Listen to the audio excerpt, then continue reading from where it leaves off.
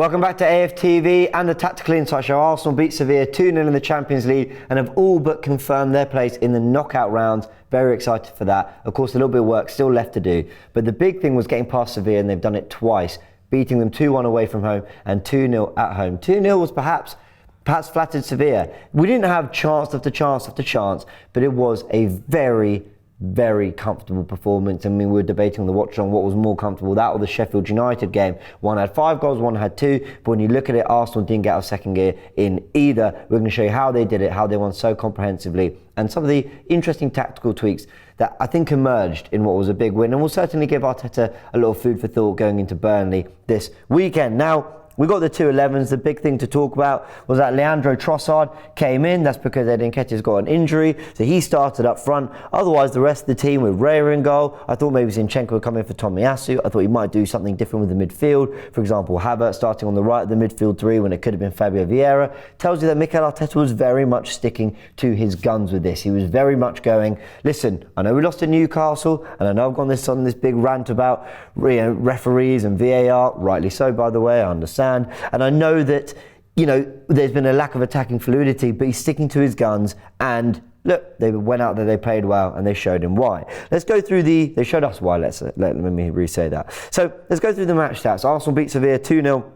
And they had 11 shots. Sevilla had 1. I think their first shot came after the 70th minute or something. I mean, Arsenal kept Sevilla from goal, and that's something that they've done so well throughout the whole season against pretty much most teams we play. They've been very good at protecting their goal, defending transitions, and having control of the middle and defensive third of the pitch. Maybe not as fluent going forward, but certainly looking the business at the back. 3 shots on target for Arsenal. They maybe would have wanted to have asked a few more questions of the Sevilla goalkeeper, Dimitrovic, in goal. Sevilla only had the 1 on target, 62% possession for Arsenal. Way over 500 passes to their 300 passes in an XG of 1.61 to 0.02. Now, something that became very evident in this game from the off, I mean, it was like within a couple of minutes, you knew these players were on it. Gabriel Martinelli and Bukayo Saka, 2 players that got criticism for their performances at Newcastle, not doing enough when it was felt that the defence and the midfield did their thing, getting Arsenal up the pitch against Newcastle. Difficult environment, difficult midfield and press to get past. Then the question was, what can the front 3 do to capitalise on it?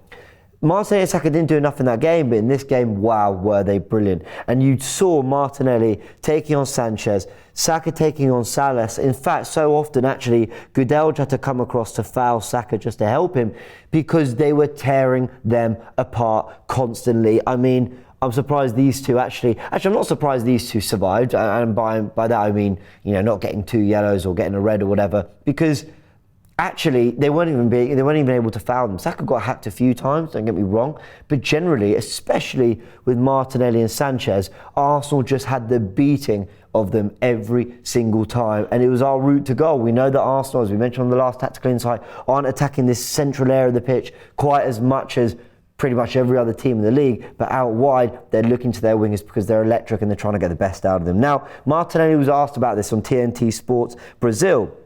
And he said, this week especially, Arteta has asked to me and to Bukayo to become more direct and told us to believe more in ourselves, in brackets 1v1 situation he's talking about. And today it worked out. I think that was evident. I mean, look, it could be one of 2 things. A, Sanchez and Salas aren't very good. And so Saka and Martinelli were able to take them on, were able to pull them in and out and just cause them complete chaos. Or it really was an instruction from Arteta, and that's what Martinelli's saying. He's saying, look, the coach wanted us to go and express ourselves more in that way, and boy, did they. Now, we saw, as we mentioned in the last tactical insight, it's interesting going back to the things we talked about before and applying it to what we've learned in just the most recent game. We saw these numbers, that the attempted take-ons in the 22-23 season, the Premier League average for last season, was actually 19.9, whatever, basically 20 take-ons, roughly, on average. Per game from the whole team. This isn't just from the wingers, Martinelli and Saka, from the whole team. About 20 attempted take-ons a game in the Premier League last season. This season, Arsenal averaging 18 take-ons, so slight drop. In this game against Sevilla, 31 take-ons for the whole team. It went up massively, and they really took it to them in wide areas. Now, this played a part in the goal. I wish I could take credit for this being my own thought, but if you watch the watch-along, you'll know that Christian Tai, who was our fantastic guest, joined us and made this fantastic observation that we needed to bring up on this show. Now, I got 1 minute was the Trossard goal, 20 something, whatever. You know, Arsenal were camped in Sevilla's half, playing their football, and this cut through ball that you're going to see from Jorginho to Saka in a second is fantastic. I mean, the execution is brilliant, the patience and build up. Someone actually sent in a super chat saying, look at Kai Havertz. You know, Kai Havertz has taken the centre back away and opened that space. I thought you're doing too much. But actually, in fairness, by occupying that central area, going into more of a 4-4-2 shape, yeah, you could say that Havertz and, you know, Goodell just come onto him and that's, you know, made something happen. But all in all, you know, the credit has to go to Jorginho for the pass and Bukayo Saka for the run. Now, let me show you something. In here, you've got the centre-back and the left-back. But this is what Christian picked out, and he's absolutely spot on to mention it. I want to show you this. It's the Sevilla last line, the offside line, of which Sanchez and Bade are holding a decent line. Goodell has been pulled out, and Salas has been sucked to Saka. Now, this suggests to me, and it suggests to Christian, as I said, it was his thought at first, that the way Martinelli terrorised Sevilla so much in those first 20-25 minutes or whatever, Sanchez and Bade wanted to take a few steps back so that if there were a switch ball, if this ball, no apologies, let's go back to this, if this ball did make its way out to Martinelli, they'd have a little bit more time to cover that ground there and get into a deeper shape so that when he takes them on, you know, they're able to kind of front him up and he's not got as much room to attack. Because he really was every single time going around the outside and absolutely terrorising them. So, where on the right Arsenal are making their way forward and Goodell and Salas maybe want to press and squeeze up, quite a tight midfield three, Pedrosa's come into Ben White, they're clearly trying to press and condense those areas. The defenders behind have left quite a deep line, and that is what gives Bukayo Saka the space to run and Jorginho the space to play that pass. And it's a lovely ball, and Trossard he gets on the end of it, but Trossard reads it as well. Because if we take it back, Trossard is slightly ahead of Bade, in between Sanchez and Bade, but as Jorginho is making that pass, as he takes that step with the ball before making the pass, Trossard's already ran on beyond Bade. I know this is a recreation of the goal, but trust me, we've done it very, very particularly and deliberately because Trossard recognised Jorginho is about to execute that pass and I've got to be ready. So he gets on the end of it. And there you have it. Arsenal are 1-0 up. Really, really good goal. One of my favourite of the season. I love direct goals like that.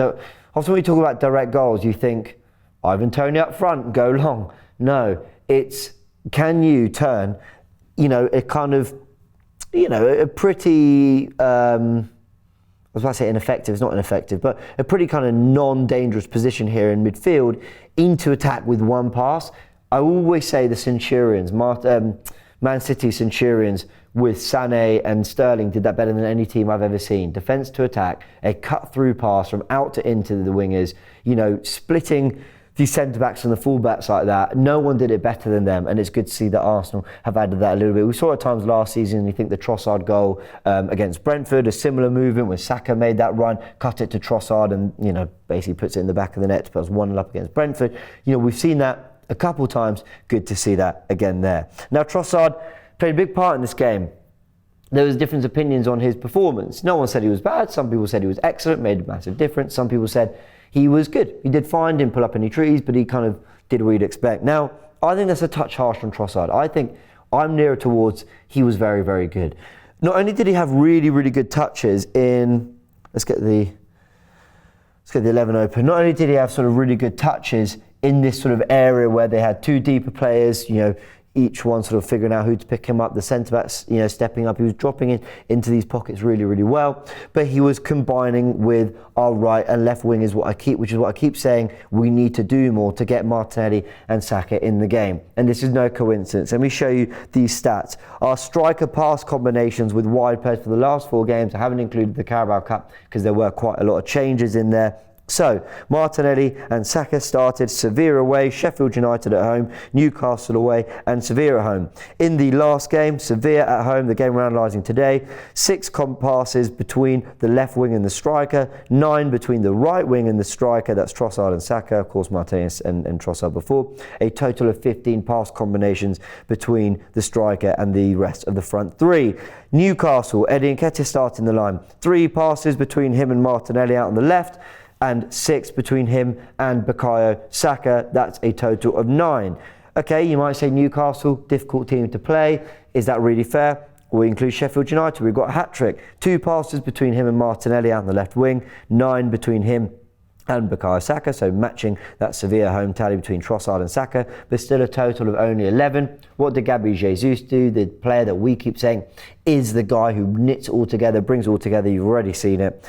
15 pass combinations between him and Martinelli away from home against Sevilla, difficult game, and then 5 between him and Saka with a total of 20. We're not making it up when we say that. You can see on the eye, Trossard brings the wingers into play better. He knows how to just drop into pockets. There was one time where he dropped into this little pocket here and Martinelli made a darting run and he found him.